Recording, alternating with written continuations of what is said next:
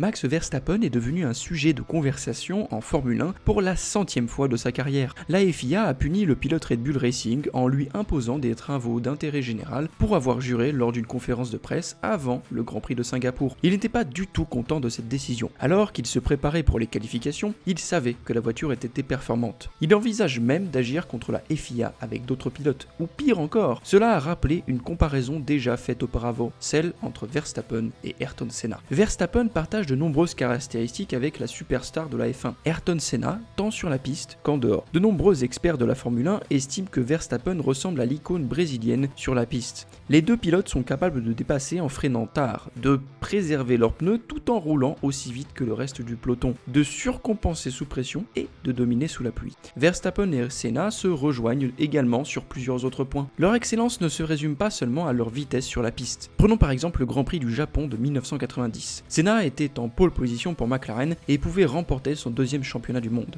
Fait intéressant, la FIA, soutenue par le président français Jean-Marie Balestre, a choisi de faire partir Senna du côté boueux de la piste, ce qui avantageait son compatriote Alain Prost qui partait en deuxième position. Après que Prost ait dépassé Senna au départ, le Brésilien a pris une décision qui lui a coûté en popularité mais lui a permis de décrocher son deuxième championnat du monde. Senna a rapidement percuté Prost et remis son message à Balestre. Mohamed Ben Sulayem a déclaré devant le Grand Prix de Singapour le week-end dernier qu'il avait l'intention de traiter les problèmes des insultes des pilotes via la radio d'équipe. Verstappen, qui était accompagné de Yuki Tsunoda lors de la conférence de presse avant la course au circuit de Marina Bay, a répondu par des jurons.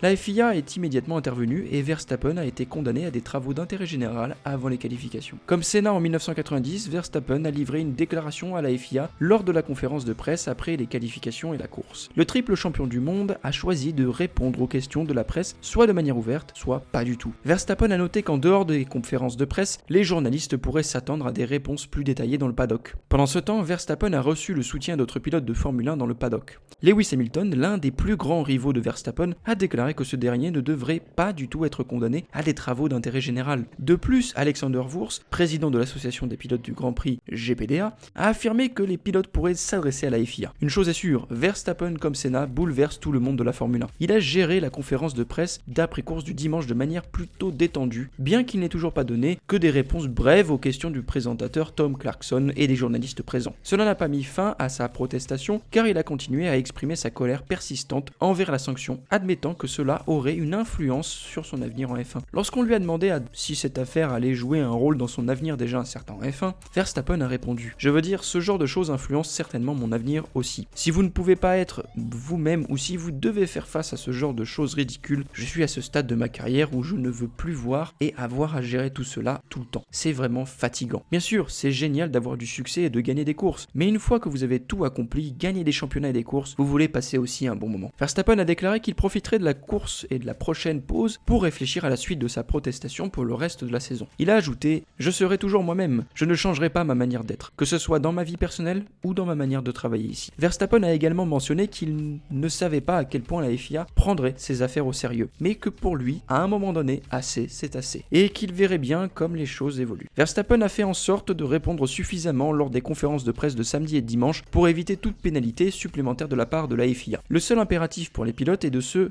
présenter et de fournir des réponses, même brèves, aux questions posées. Personnellement, je n'ai absolument aucune envie de donner des réponses normales quand on me traite de cette manière, a déclaré Verstappen.